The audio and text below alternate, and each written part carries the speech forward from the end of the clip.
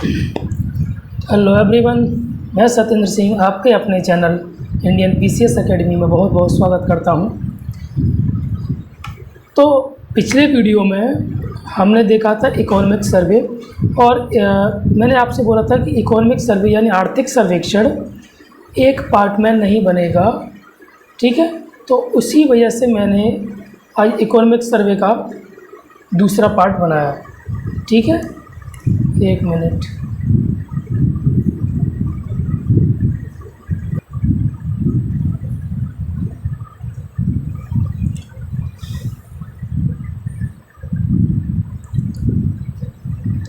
Okay. तो आज हमारा आर्थिक सर्वेक्षण का पार्ट 2 है। मैंने उस पर थंबनेल पे पार्ट 1 नहीं डाल पाया है, तो उसको मैं एडिट करके पार्ट 1 डाल दूंगा और आज का जो हमारा पार्ट है वो गया है 2 है। तो आज के वीडियो में हम अपना आर्थिक सर्वेक्षण यानी इकोनॉमिक सर्वे 2023-24 का पूरा ख़त्म कर लेंगे, ठीक है। इकोनॉमिक सर्वे से संबंधित इकोनॉमिक सर्वे होता क्या है, हमें ये क्यों पढ़ना है, वो सब चीज़ मैं आपको पिछले वीडियो में बता चुका हूँ। जो स्टूडेंट्स पहली बार ये इकोनॉमिक सर्वे की क्लास ले रहे हैं तो उनके लिए बता देता हूँ कि यहाँ पर जितने भी एग्ज़ाम्स आपको दिख रहे हैं, ठीक है, उन सभी एग्ज़ाम्स के अलावा जो भी एग्ज़ाम्स कॉम्पिटिटिव एग्ज़ाम्स होते हैं इसमें इकोनॉमिक्स से इकोनॉमी क्या होती है, पाठ्यक्रम में होती है, सिलेबस में होती है, तो उन सभी एग्ज़ाम्स में क्या पूछा आर्थिक सर्वेक्षण से क्वेश्चंस आ जाते हैं, ओके। तो आपको मैंने पहले वीडियो में क्या बताया था कि आपको आर्थिक सर्वेक्षण से क्वेश्चंस कैसे निकालना है और कैसे उनको प्रिपेयर करना है और कैसे उनकी टेस्ट सीरीज़ बनाना है। खुद की टेस्ट सीरीज़ बनाइए, दूसरों की टेस्ट सीरीज़ पर बाद में ध्यान दीजिए, पहले खुद की टेस्ट सीरीज़ पे काम कीजिए। देखो होता क्या है, खुद की टेस्ट सीरीज़ से क्या होगा, जो चीज़ हमने पढ़ी है वो हमारी अच्छी हो जाएगी, ठीक है। जैसे मान लो मैंने आर्थिक सर्वेक्षण पढ़ा, आर्थिक सर्वेक्षण का जो मैंने खुद का नज़रिया देखा उसी नज़रिए से हम क्या करेंगे, टेस्ट सीरीज़ तैयार करेंगे और कुछ समय बाद ऐसा लगने लगेगा कि हमारी टेस्ट सीरीज़ दूसरे से अच्छी है, ओके। तो खुद की टेस्ट सीरीज़ बनाइए और अपने पढ़ाई को बहुत आराम से, बहुत समझदारी से करते जाइए, ठीक है। कल हमने इकोनॉमिक सर्वे कुछ हद तक समझ लिया था, यानी आधा समझ लिया था, आज उसके आगे हम पढ़ेंगे, ठीक है। चलिए,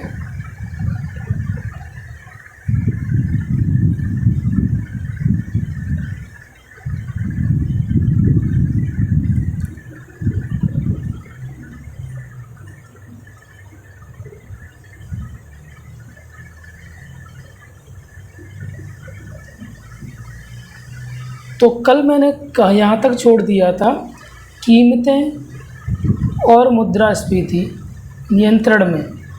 तो मुद्रास्फीति क्या होती है वो मैंने चीज़ समझाई थी आपको। जैसे मैं आपको बता दूं, आज चीज़ 100 रुपये की है, कल वो चीज़ 120 रुपये की हो जाएगी, ठीक है। तो ये क्या हुआ है, महंगाई हुई है। महंगाई को अगर हम भाषा में बोलें, अर्थशास्त्र की भाषा में बोलें, तो इसको क्या बोल देते हैं हम, मुद्रास्फीति, ठीक है। सीधी बात है, महंगाई का बढ़ना क्या कहलाता है, मुद्रास्फीति कहलाता है। आज तो ये कितनी बढ़ी है, 20 रुपये बढ़ी है। अगर इसको मैं परसेंटेज में निकालूं तो कितने परसेंट बढ़ी है, 20% बढ़ी है। तो मुद्रास्फीति पिछली साल, ये मान लो 2023 है और ये 2024 है, तो अगर मैं कंपेयर करूं कि 2023 के मुकाबले 2024 में जो मुद्रास्फीति इसको इंग्लिश में हम क्या बोल देते हैं, इन्फ्लेशन बोलते हैं। क्या बोलते हैं, इन्फ्लेशन। तो कितने प्रतिशत बढ़ी है, तो 20% बढ़ी है 2023 के मुकाबले में, ठीक है। मैं एग्जांपल समझा रहा हूँ। तो मुद्रास्फीति ये होती है। अब मुद्रास्फीति रुझान का मतलब क्या होता है कि अगर पिछली 1 साल की हम बात करें तो मुद्रास्फीति का क्या स्टैंड रहा है, ठीक है ना, क्या ट्रेंड रहा है, ये सब चीज़ हम देखेंगे।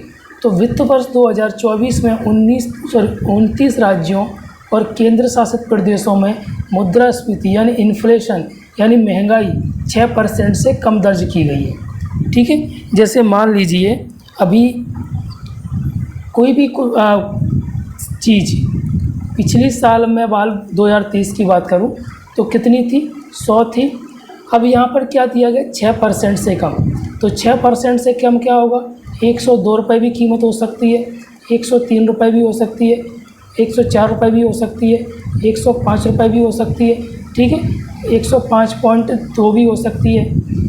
तो मतलब 6% से नीचे रहा है। फिर आगे क्या है, वित्त वर्ष 2024 में कोर सेवाओं की मुद्रास्फीति 9 वर्षों में निचले स्तर पर आ गई। कोर मुद्रास्फीति मैंने बताई थी, इसमें दो चीज़ों यानी जो भोजन होता है, फूड होता है, और एनर्जी यानी ईंधन को छोड़कर सभी चीज़ों की महंगाई को मेज़र किया जाता है।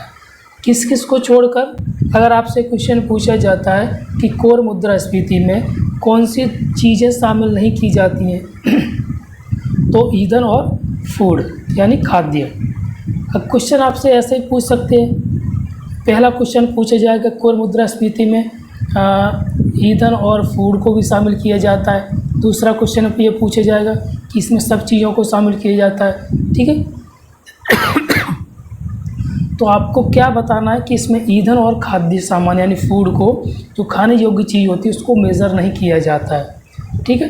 तो इसमें भी क्या हुआ है, निचले स्तर पर। निचले स्तर का मतलब होता है इसमें जो पीपल्स होते हैं, जो आम जनता होती है, जो सिटीजन्स होते हैं, उनको क्या होता है, उनके लिए अच्छी चीज़ है ये, ठीक है। कम होना, महंगाई कम होना अच्छी चीज़ है, ठीक है, आप सभी को पता है। वित्त वर्ष 2023 में खाद्य मुद्रास्फीति, खाद्य का मतलब जो खाने की चीज़ें होती है उनमें जो मुद्रास्फीति यानी इन्फ्लेशन कितना रहा है, 6.6 से बढ़कर कितना हो गया, ये बढ़ गया है। तो खाने में जो इन्फ्लेशन है वो क्या है, बढ़ा है। कितना बढ़ा है, पहले 100 की बात करें तो कितना था, 106.6 था, ठीक है, 100 के मुकाबले। अब ये कितना हो गया है, 107.5 हो गया है, ठीक है। तो इसका मतलब क्या हो गया, इतना। तो अगर आपसे क्वेश्चन पूछा जाए कि जो खाद्य मुद्रास्फीति है, फूड इन्फ्लेशन है, तो उसमें बढ़ोतरी हुई है कि कमी हुई है, तो क्या हुई है, उसमें बढ़ोतरी हुई है। क्लियर हो गया। अब आगे क्या, एलपीजी पेट्रोल डीजल की कीमतों में कटौती से खुदरा ईंधन मुद्रास्फीति अपेक्षाकृत कम रखने में मदद मिली है। क्लियर। अब भविष्य के क्या क्या अनुमान लगाए जा रहे हैं, यानी 2024 का जो बजट है उसमें क्या बोला गया है कि 2025 में क्या हो सकता है महंगाई को लेकर यानी मुद्रास्फीति को लेकर। समझ में आ रहा है ना क्या बोल रहा हूँ मैं। 2024 का जो बजट था उसमें क्या अनुमान लगाया गया है, मतलब अनुमान लगाया गया है कि 2025 में जो मुद्रास्फीति है वो क्या होगी, कम होगी। अभी कितनी मान लो 4.5 है, तो आगे चल के 2026 में क्या हो जाएगी, इतनी हो जाएगी। तो ये भविष्य का अनुमान लगाया गया है। 2025 की बात की, 2025 में कितनी 4.5, ये 2026 में कितनी हुई 4.1%, यानी महंगाई और घटेगी। ये बजट में बोला गया है। अब रियल में क्या होता है वो आप सब जानते हैं। ओके, चलिए आगे।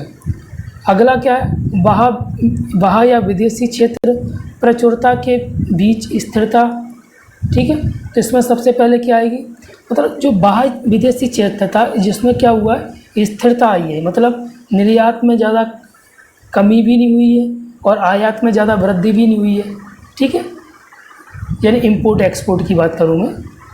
तो वित्त वर्ष 2024 में भारत का सेवा निर्यात का मतलब होता है सर्विस एक्सपोर्ट, यानी हमारे यहाँ से एक्सपोर्ट किया सर्विसेज क्या क्या एक्सपोर्ट की जाती है, तो ये बढ़कर कितना हो गया है, इतना हो गया है, ठीक है।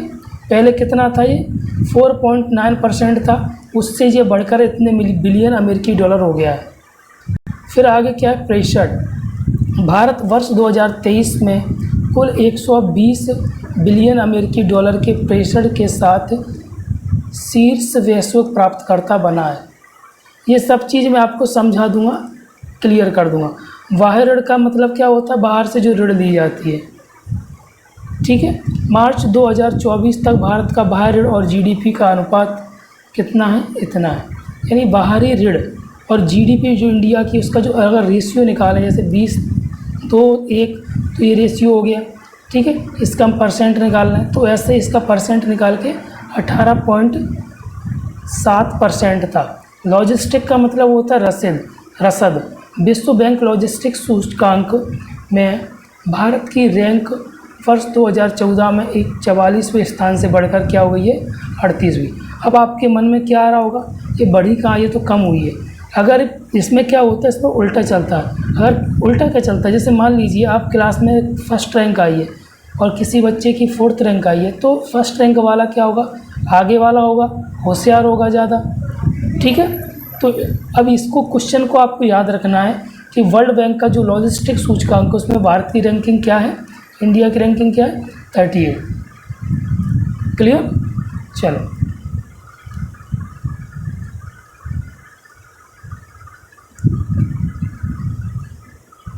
अब क्या है, पर्यटन यानी टूरिज्म। विश्व पर्यटन प्राप्तियों में भारत की हिस्सेदारी 2021 में कितनी थी, इतनी थी, ये बढ़कर कितनी हो गई 2022 में, इतनी, ठीक है। इसमें कुछ ऐसा समझाने को नहीं है, तो मैं इसको ज़्यादा फोकस भी नहीं कर रहा हूँ। क्लियर। फिर जलवायु परिवर्तन और ऊर्जा संक्रमण समझौताकारी समन्वय से निपटना, यानी जलवायु परिवर्तन और ऊर्जा संक्रमण, ठीक है।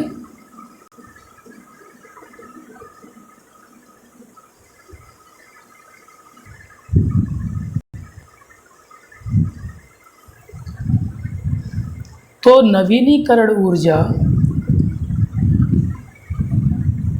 की अगर हम बात करें तो मई 2024 तक गैर जीवाश्म को स्थापित विद्युत ऊर्जा उत्पादन में क्षमता कितनी हुई है, इसकी इतनी हिस्सेदारी हो गई है, ठीक है। ऊर्जा आवश्यकता, भारत की ऊर्जा आवश्यकता 2 से इतनी बढ़ गई है, सॉरी अनुमान है इसका। स्वच्छ ऊर्जा निवेश, स्वच्छ ऊर्जा क्षेत्र में 2014 से 23 की अगर हम बात करें तो इतने करोड़ रुपए का निवेश आकर्षित हुआ है, ठीक है। इसमें समझाने का ऐसा कुछ नहीं है, तो मैं ज़्यादा फोकस नहीं कर रहा हूँ, ठीक है। और मैं आप सभी को एक चीज़ और बता देता हूँ, मैं जो भी सब्जेक्ट उठाता हूँ मैं प्रयास यही करता हूँ कि उसमें आपको 1% भी मैं डाउट ना छोड़ो। अभी ज्योग्राफी चल रही है, आंगनवाड़ी की क्लासेस चल रही हैं, ठीक है। इसके बाद मैं इकोनॉमिक्स लूँगा और आप एक बार देखिए कि मैं इकोनॉमिक्स कैसे पढ़ाता हूँ। आप पहली बार इकोनॉमी पढ़ेंगे, आपको लगेगा कि हाँ मेरे लिए टीचर बहुत बेहतर है।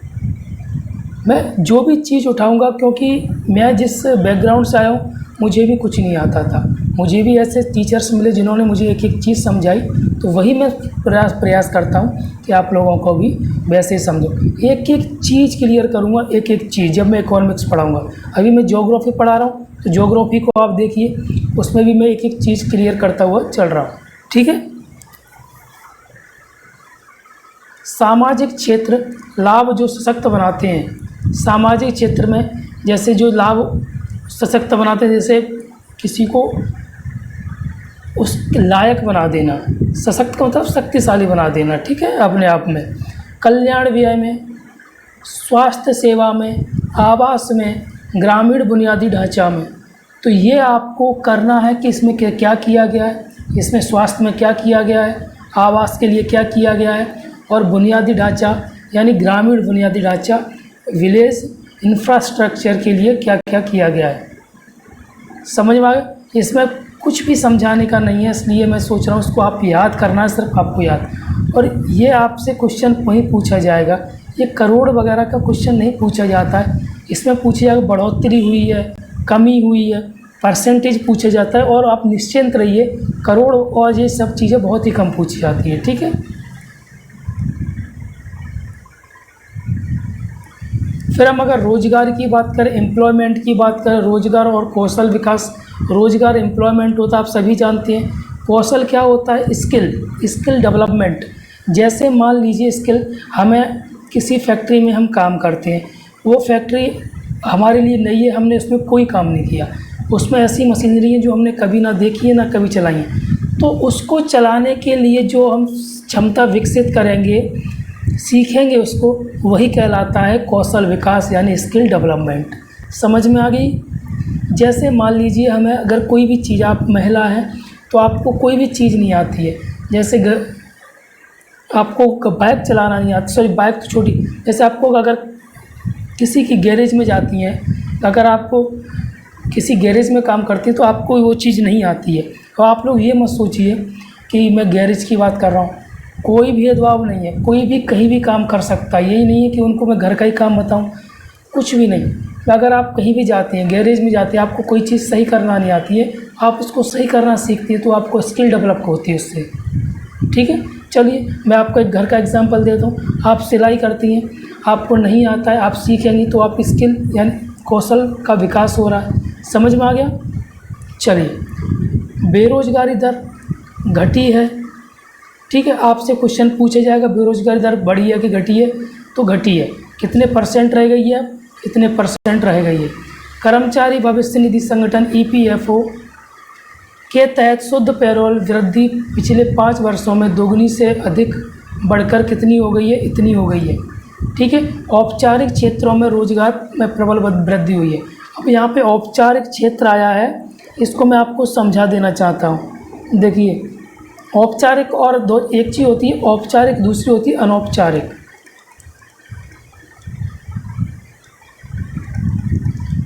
औपचारिक यहाँ पे लिखा हुआ, एक होती है अनौपचारिक। पहले हम समझेंगे अनौपचारिक क्या होता है। हम ऐसी जगह काम करते हैं यहाँ पर ना तो हमारा कोई वेतन फिक्स है, ना हमारे काम करने के घंटे फिक्स हैं, ना हमें जॉब की कोई सिक्योरिटी है। जैसे मैं आपको एग्जांपल दूँ, आप खुद का ठेला लगाते हैं, ना तो उस पर इनकम फिक्स है यानी सैलरी फिक्स नहीं है, कभी कम कभी ज़्यादा। दूसरा, ना तो आपके वर्किंग आवर फिक्स हैं कि आप कितने घंटे ठेला लगा रहे हैं। ठीक है, समझ में आ रही है ना? फिर ना तो आपकी सिक्योरिटी है कि आप कल ठेला लगाएंगे कि नहीं लगाएंगे। मैं ये नहीं बोल रहा हूँ कि आपके मन के ऊपर है, लेकिन मैं आप समझा रहा हूँ, कोई सिक्योरिटी नहीं है कि हाँ अब मुझे इतने दिन का एग्रीमेंट हुआ था, अब ठीक है मैं करना ही करना। मतलब एक एग्जांपल दिया मैंने ठेले का। बहुत से काम ऐसे होते हैं जो इन तीनों को वेरीफाई करते हैं, यानी ना तो वर्किंग आवर का कोई फिक्स है, ना तो सैलरी फिक्स है, ना कोई सिक्योरिटी है जॉब की।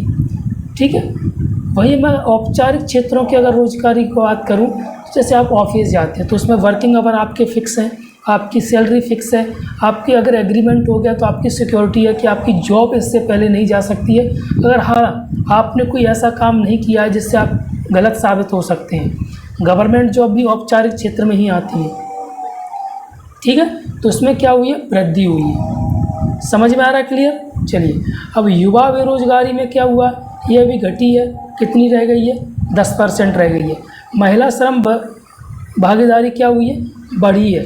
वर्तमान में कितनी है? 37% है। गिग इकॉनमी में आपको समझाऊंगा गिग इकॉनमी क्या होती है। 29-30 तक इसमें शामिल कार्यबल के 2.35 करोड़ तक पहुंचने की आशा है। ठीक है, तो रोजगार हमारा पूरा क्लियर। आपको सारे कंटेंट ऐसे याद करना है। अब आते हैं हम कृषि और खाद्य प्रबंधन पर। तो कृषि विकास में क्या हुआ है?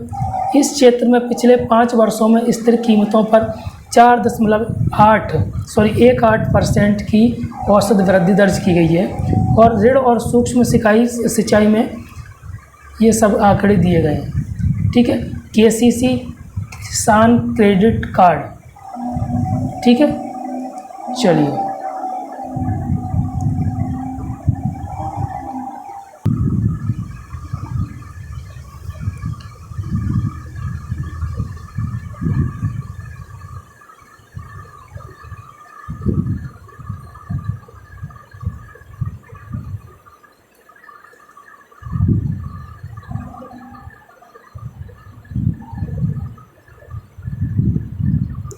चलिए अब उद्योग यानी इंडस्ट्री, मध्यम एवं लघु उद्योग। ठीक है, उद्योगों के विकास वित्त वर्ष 2024 में 8.2% की वृद्धि। ठीक है, इसमें कितनी वृद्धि हो गई है? देखो, वित्त वर्ष 2024 में 8.2% की आर्थिक वृद्धि को 9.5% की औद्योगिक विकास दर से समर्थन मिला है। यानी सब में क्या हुआ? अधिकतर चीज़ में बढ़ोतरी हुई है, यानी सब चीज़ों पॉजिटिव रहा है। अगर मैं फार्मास्यूटिकल या और वस्त्र की बात करूं तो भारत का फार्मास्यूटिकल बाज़ार, जिसका वर्तमान मूल्य 50 मिलियन अमेरिकी डॉलर है, अपनी मात्रा के अनुसार विश्व का तीसरा सबसे बड़ा बाज़ार है। फार्मास्यूटिकल अगर बात की जाए आपसे कि विश्व में कौन से नंबर पर आता है, तो तीसरे नंबर पर आता है। यह वैश्विक स्तर पर दूसरा सबसे बड़ा विश्व निर्माता है। तो आपको ये चीज़ें आपके डेस्क के सामने लिख लेनी है कि फार्मास्यूटिकल में इसका स्थान कौन सा है। और अगर वस्त्र की मैं बात करूँ तो वस्त्र में इसका स्थान कौन सा है? दूसरा है। जिसका वस्त्र और प्रधान निर्यात वित्त वर्ष 2024 में इतना करोड़ तक क्या हो गया, पहुंच गया है। और वही अगर मैं इलेक्ट्रॉनिक निर्माण की बात करूं तो भारत का इलेक्ट्रॉनिक विनिर्माण क्षेत्र वैश्विक बाजार हिस्सेदारी का अनुमानित 3.7% है। ठीक है,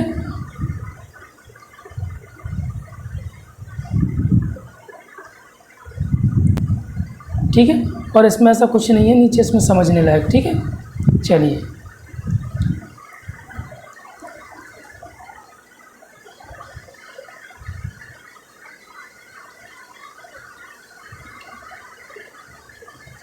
अब सर्विस की बात करें। सेवाएं, विकास के अवसरों को बढ़ावा देना, से क्षेत्र का योगदान कितना सेवा क्षेत्र का। वित्त वर्ष 24 में सेवा की अर्थव्यवस्था में ये सब मैं पढ़ चुका हूँ, मतलब पढ़ा चुका हूँ। ठीक है ना। डिजिटल सेवाओं की अगर हम बात करें तो ये बढ़कर 6% हो गई है।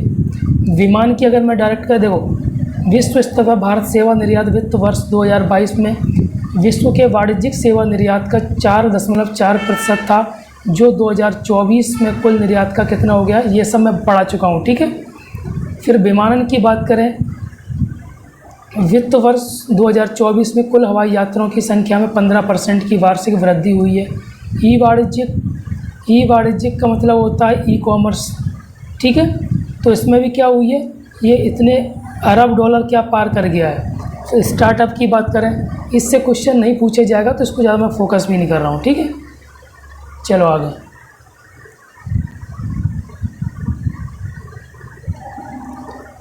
फिर अगर मैं बात करूं इंफ्रास्ट्रक्चर की, तो इंफ्रास्ट्रक्चर में क्या हुआ, अगर राजमार्गों के नेशनल हाईवे की बात करूं तो उसमें क्या हुई है, बढ़ोतरी हुई है। ठीक है, पहले कितना था, इतना था प्रतिदिन, अब कितना हो गया, 34 किलोमीटर हो गया है।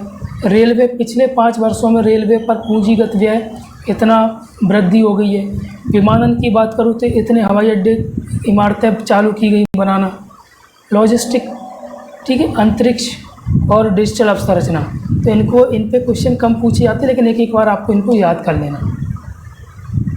असली जो काम रहता है वो रहता है उद्योग तक रहता है। ठीक है, सेवा क्षेत्र तक रहता है, और जो इन्फ्लेशन रहता है कृषि वहाँ तक रहता है। कम्युनिकेशन की बात आ गई, कम्युनिकेशन में बढ़कर हो गया इतना। ठीक है,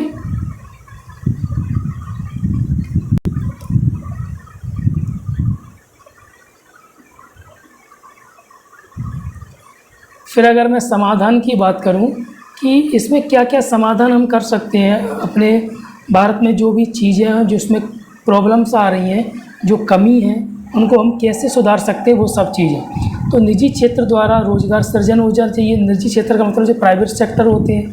ठीक है, निजी क्षेत्र द्वारा जीवन शैली में परिवर्तन किया जाना चाहिए।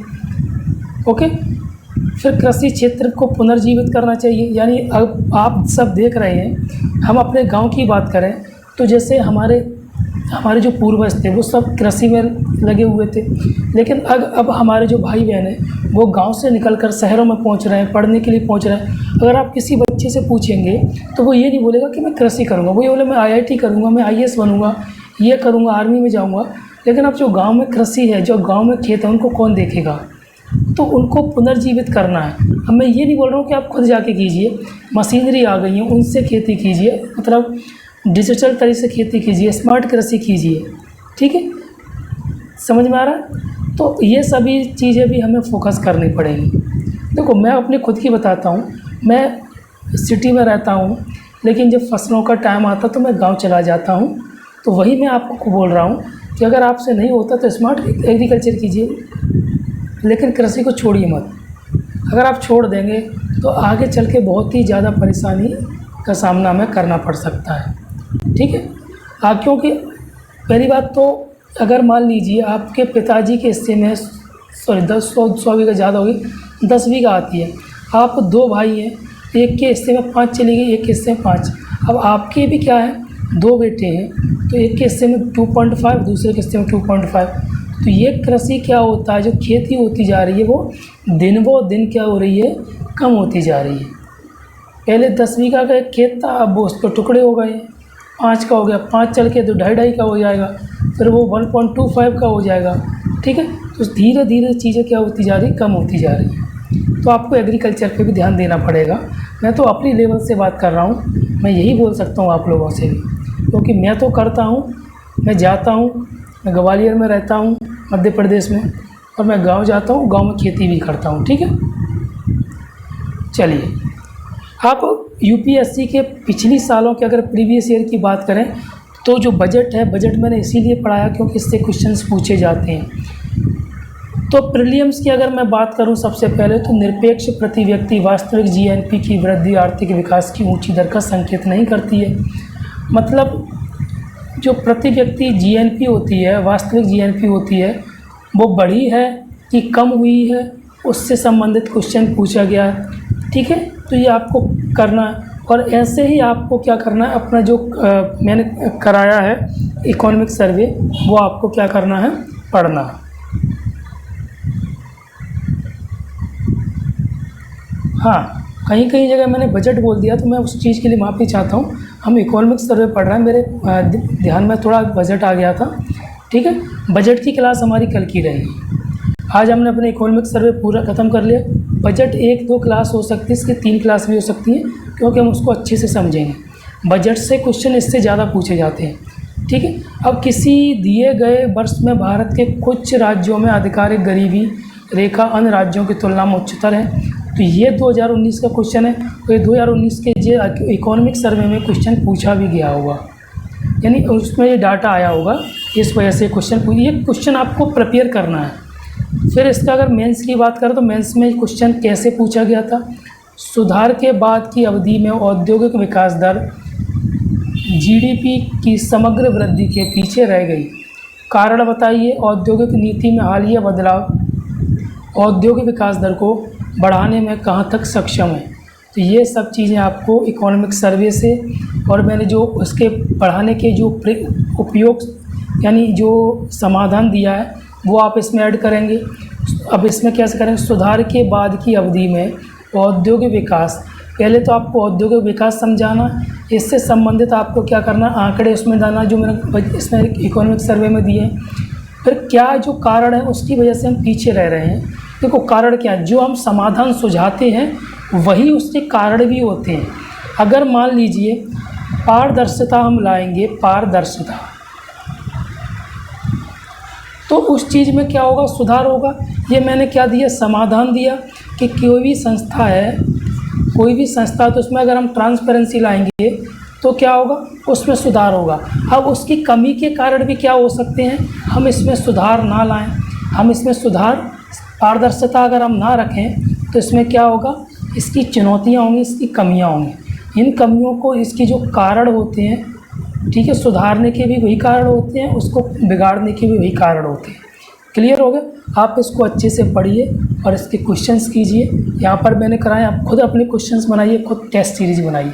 देखिए आप इसकी प्रिंट कराइए, आप इसको आप लिख लीजिए, और इससे संबंधित, इसके बाद में, इसके तुरंत नीचे इससे संबंधित MCQ लिख लीजिए। ओके, आपका पूरा बजट वो इकोनॉमिक सर्वे कंप्लीट हो जाएगा। ठीक है, चलो, थैंक यू, धन्यवाद।